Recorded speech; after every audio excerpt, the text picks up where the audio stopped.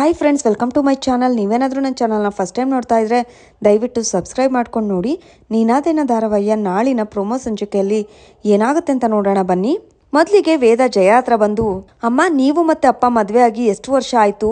ನೀವಿಬ್ರು ಮಧ್ಯ ಹೊಂದಾಣಿಕೆ ಬರೋಕೆ ಎಷ್ಟು ದಿನ ಬೇಕಾಯ್ತು? ಹಾಗೆ ನನ್ನ ಪ್ರೀತಮ್ ಮದುವೆ ಆಗಿ ಎಷ್ಟು ವರ್ಷ ಆಯ್ತು ಅಂತೆಲ್ಲ ಕೇಳ್ತಾ ಇರ್ತಾಳೆ. ಈ ಕಡೆ ಜಯ ನೀನ್ ಮದುವೆ ಆಗಿ ಈಗ 2ನೇ ವರ್ಷ ಅಂತ ಹೇಳ್ತಾಳೆ. ಮತ್ತ್ಯಾಕೆ ನನಗೆ ಪ್ರೀತಮ್ ಹತ್ರ ಬಂದ್ರೆ ಒಂಥರ ಭಯ ಆಗುತ್ತೆ, ನಮ್ಮಿಬ್ರು ಮಧ್ಯ ಆ ಥರ ಯಾವುದೇ ರೀತಿ ಬಾಂಡಿಂಗೇ ಇಲ್ಲ ಅಂತೆಲ್ಲ ಹೇಳ್ತಾ ಇರ್ತಾಳೆ. ಅದನ್ನ ಕೇಳಿ ವಿಕ್ರಮ್ ಮತ್ತೆ ಜಯ ಇಬ್ರಿಗೂ ತುಂಬಾನೇ ಖುಷಿ ಆಗುತ್ತೆ. ಈ ಕಡೆ ಪ್ರೀತಮ್ ಅದನ್ನ ಕೇಳಿಸ್ಕೊಂಡು ತುಂಬಾನೇ ಉರ್ಕೊಳ್ತಾ ಇರ್ತಾನೆ. ಈ ಕಡೆ ವಿಕ್ರಮ್ ಚಳಿಯಲ್ಲಿ ನಡುಕ್ತಾ ಕುಂತಿರ್ತಾನೆ. ಅಷ್ಟರಲ್ಲಿಗೆ ಜಯ ಬಂದು ದಿಂಬು ಬೆಡ್ಶೀಟ್ ತಂದು, ವಿಕ್ರಮ್ ಈ ಚಳಿಲಿ ಯಾಕೋ ಈ ತರ ನಡುಕ್ತಾ ಮಲ್ಗಿದ್ಯಾ, ತಕೋ ಬೆಡ್ಶೀಟು ಅಂತ ಹೇಳ್ತಾರೆ. ಜಯಮ್ಮ ನೀನ್ಯಾಕೆ ಇಷ್ಟೊತ್ತಲ್ಲಿ ಇಲ್ಲಿಗೆ ಬರಕ್ ಹೋದೆ, ನೀನು ಮಲ್ಕೋಬೇಕಿತ್ತಾನೆ ಅಂತ ವಿಕ್ರಮ್ ಹೇಳ್ತಾನೆ.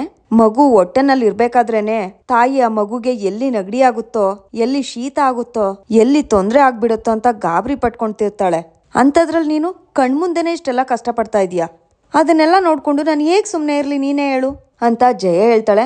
ನನ್ಗೆ ಆಗ್ತಿರೋ ಕೋಪನ ನಾನು ಕಂಟ್ರೋಲ್ ಮಾಡ್ಕೊಂಡಿದ್ದೀನಮ್ಮ. ಅದೆಲ್ಲ ಯಾಕೆ ಮಾಡ್ತಾ ಇದೀನಿ ಅಂದ್ರೆ ಅದರಿಂದ ಬೇತಾಳ ಡಿಸ್ಟರ್ಬ್ ಆಗ್ಬಾರ್ದು ಅಂತ. ಆದ್ರೆ ಒಂದ್ ಮಾತ್ರ ಖುಷಿ ಆಗ್ತಾ ಇದೆಯಮ್ಮ, ನೀನ್ ನಿನ್ ಸೊಸೆ ಜೊತೆ ಇದೆಯಲ್ಲ ಅದೊಂದೇ ನನ್ಗೆ ಧೈರ್ಯ ತಂದ್ಕೊಡ್ತಾ ಇರೋದು ಅಂತ ವಿಕ್ರಮ್ ಹೇಳ್ತಾನೆ. ಅದನ್ನೆಲ್ಲ ಅಲ್ಲೇ ನಿಂತ್ಕೊಂಡು ವೇದ ನೋಡ್ತಾ ಇರ್ತಾಳೆ. ಅಲ್ಲಿಂದ ವೇದ ಹೋಗಿ ಪ್ರೀತಮ್ ಹತ್ರ ಮಸ್ಕಿಟೋ ಪರ್ದೆ, ಬೆಡ್ಶೀಟು, ದಿಂಬು ಎಲ್ಲ ತರಿಸ್ತಾಳೆ. ಪ್ರೀತಮ್ ಎಲ್ಲಾನು ರೆಡಿ ಮಾಡಿ, ಒಂದೇ ದಿಂಬಿದೆಯಲ್ಲ ವೇದ ಅಂತ ಕೇಳ್ತಾನೆ. ಸಾಕಲ್ವಾ ಪ್ರೀತಮ್ ಅಂತ ಹೇಳಿ, ವಿಕ್ರಮ್ ಇವತ್ತಿಂದ ನೀವು ಇಲ್ಲೇ ನಿದ್ದೆ ಮಾಡಿ ಆರಾಮಾಗಿರುತ್ತೆ ಅಂತ ವಿಕ್ರಮ್ಗೆ ಹೇಳ್ತಾಳೆ. ನಾನು ಇಷ್ಟೊತ್ತು ಇದನ್ನೆಲ್ಲ ಮಾಡಿದ್ದು ಇವನ್ಗೋಸ್ಕರನ ಅಂತ ಪ್ರೀತಮ್ ತುಂಬಾನೇ ಕೋಪ ಮಾಡ್ಕೊಳ್ತಾನೆ. ವಿಕ್ರಮ್ ಅದನ್ನೆಲ್ಲ ನೋಡಿ ತುಂಬಾನೇ ಖುಷಿ ಆಗ್ತಾ ಇರ್ತಾನೆ. ಅಲ್ಲಿಗೆ ನಾಳಿನ ಪ್ರೋಮೋ ಸಂಚಿಕೆ ಮುಕ್ತಾಯವಾಗಿದೆ. ವಿಡಿಯೋ ಇಷ್ಟ ಆಗಿದ್ರೆ ಲೈಕ್ ಮಾಡಿ, ಶೇರ್ ಮಾಡಿ, ಕಮೆಂಟ್ ಮಾಡಿ.